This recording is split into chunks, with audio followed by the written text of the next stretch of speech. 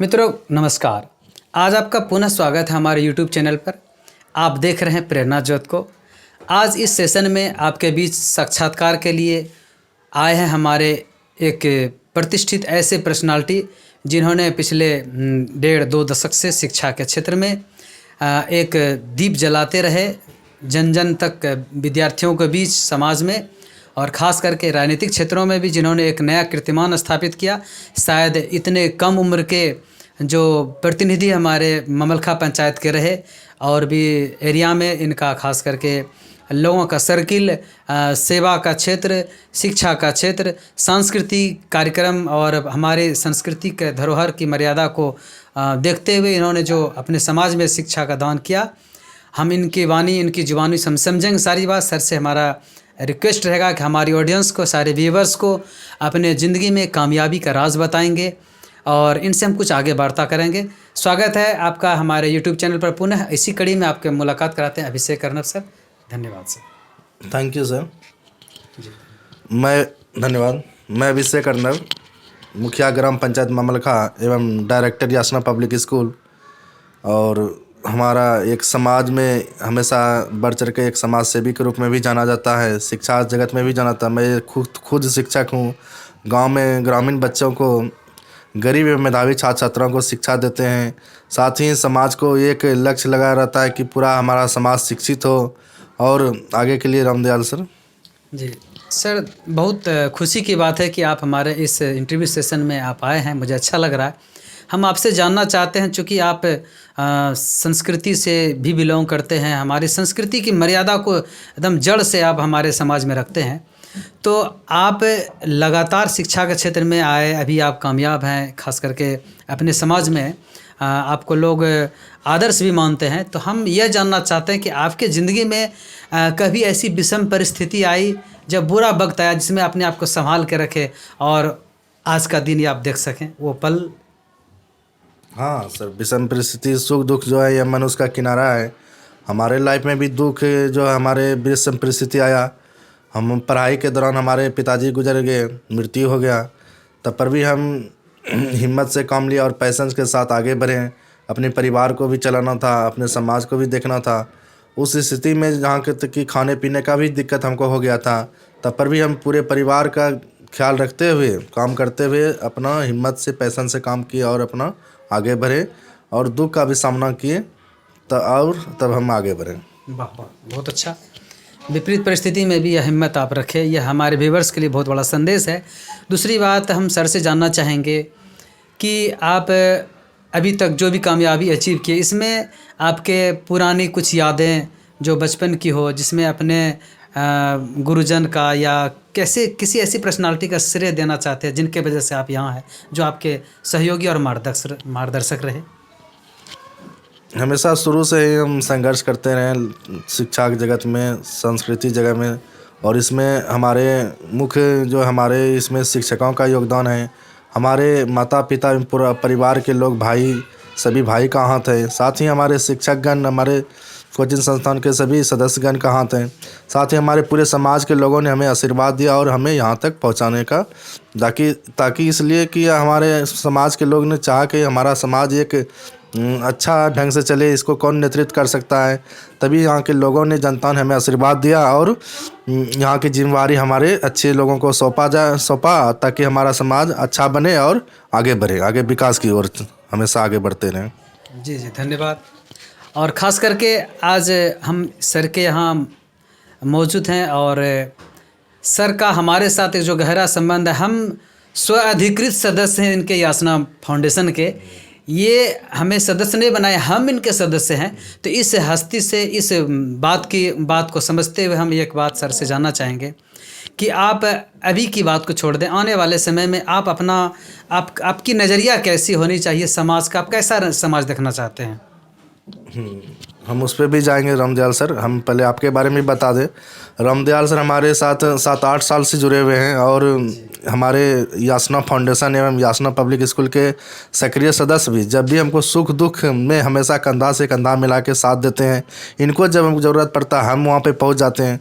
तो एक दूसरे की यह एक फ्रेंडशिप भी कहा जाए और हमेशा एक फ़ोन से भी माध्यम से भी या किसी के माध्यम से भी इनकी जानकारी लेते रहते हैं, कैसे हैं क्या है।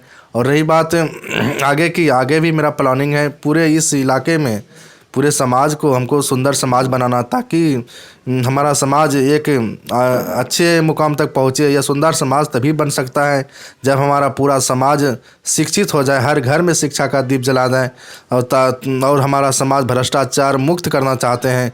हमारे समाज में बहुत सारी गंदगी फैली हुई है, उनको हम समाप्त करना चाहते हैं। और हमारे समाज में बहुत सारी बुराइयां हैं जो कि धीरे धीरे समाप्त होगा और हम उस पर लगे हुए हैं, प्रयास कर रहे हैं।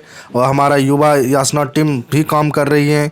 हमारे जितने भी सहयोगी गण शिक्षक गण हैं, चाहे विभिन्न विभिन्न संस्थाओं से हम लोग शिक्षा के साथ साथ संस्कृति को बनाए रखे हैं। और हर जगह अपने हमारा जो संस्कृति है, जो हमारे पूर्वज बनाए हुए हैं, हमारा पूर्वज जो लेकर आ रहे हैं, उनको हम लोग बनाए रखना चाहते हैं। और अभी की युवा पीढ़ी इस सब चीज़ को नहीं मानते हैं, लेकिन हमारा सोच है हम खुद युवा बढ़कर आगे आएंगे तो हमें ज़रूर ही युवा इस अच्छे काम के लिए सपोर्ट करेंगे। उसको हम लोग जागरूकता ज़रूर करेंगे, बीच बीच में सेमिनार करेंगे गांव में, पंचायत में, ताकि युवा के लिए कुछ न कुछ वह ज़रूर अच्छे रास्ते पाएंगे। और हमारे यहाँ के महिलाओं के लिए कुछ न कुछ हम लोग वर्कशॉप चलाएँगे। किसानों के लिए कुछ न कुछ वैज्ञानिक को बुला के उसे सेमिनार करवाएंगे, गाँव में शिविर लगाएंगे। बहुत सारे हमारे मन में यह परियोजना चल रहा है, ताकि अभी भी हम बहुत सारे बच्चे को सबौर प्रखंड के विभिन्न गाँवों में क्यूज के कंपटीशन करवाते हैं, जैसे लैलख, कुरपट, फरका, ममलखा, हरदासपुर। विभिन्न क्षेत्रों में हम अभी काम कर रहे हैं। शिक्षा, वृक्षारोपण, साथ ही साथ बच्चे को घूमने के लिए टूर परिवहन पर भी ले जा रहे हैं, ताकि बच्चे वहाँ से सीख के आएँ और अपने समाज में उसको उतारने का काम करें। और हमारा एक ही उद्देश्य है, शिक्षा के साथ साथ संस्कार देना। अगर बच्चे में संस्कार नहीं देंगे तो वह बच्चे आगे चलकर वह भटक जाएंगे। भटकाव हमारे युवाओं में भी बहुत ही बड़ा भटकाव आ रहा है, ताकि युवा गलत रास्ते पे जा रहे हैं। हम उनके लिए इंस्पायर बनना चाहते हैं, ताकि हमको देखकर कुछ युवा को हम सुधार लिए। यही मेरा एक ही उद्देश्य है। और पूरे ममलखा पंचायत को हम आदर्श पंचायत बनाना चाहते हैं।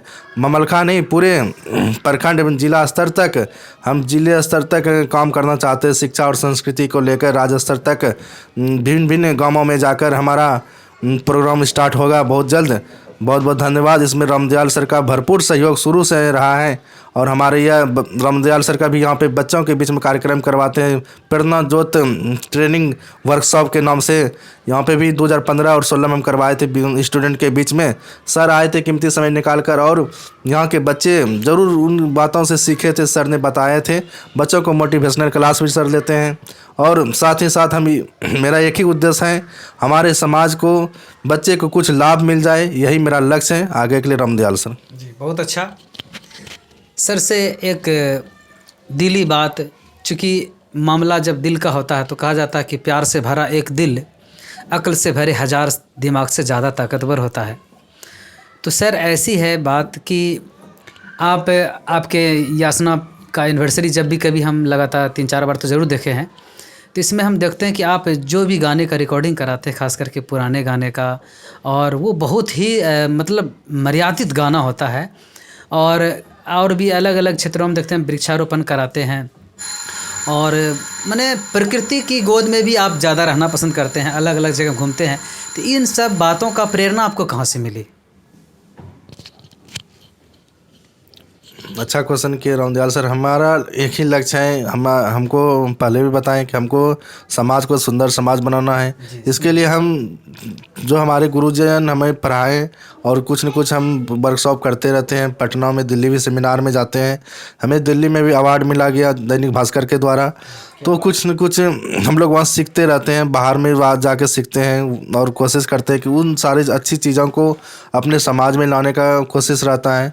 और ये अभी के समय में जो सर ने बताया कि जो हम एनुअल फंक्शन करते हैं उसको धूमधाम से मनाते हैं, ताकि हमारा जो संस्कृति है, हम पहले भी बताएं, जो हम लोग उनको भूलते जा रहे हैं, ठीक है, उनको हम चाहते हैं कि जीवित रखने के लिए। और एक म्यूजिक के पुराने जो म्यूजिक होता है उनका कुछ न कुछ कहना होता है और साथ ही उसका कुछ मीनिंग आता है। अभी वर्तमान में जितने भी म्यूजिक आ रहे हैं वो उसका आया और चला गया। हाँ, तो इसीलिए मेरा सोच ही है कि जब तक हम हमारा जो पूर्वज जो चीज़ लेकर आए उनको हम बनाए रखें और उन पे हम कुछ न कुछ काम करें।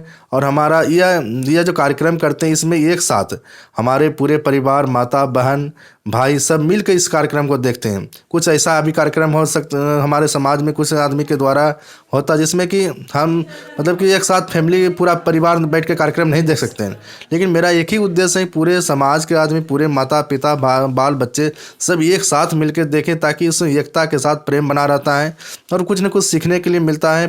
परिवार के एक जुड़ाव होता है और इससे प्रेम बना रहता है और इससे हमारा समाज जरूर ही विकास करेगा। रामदयाल सर जी धन्यवाद।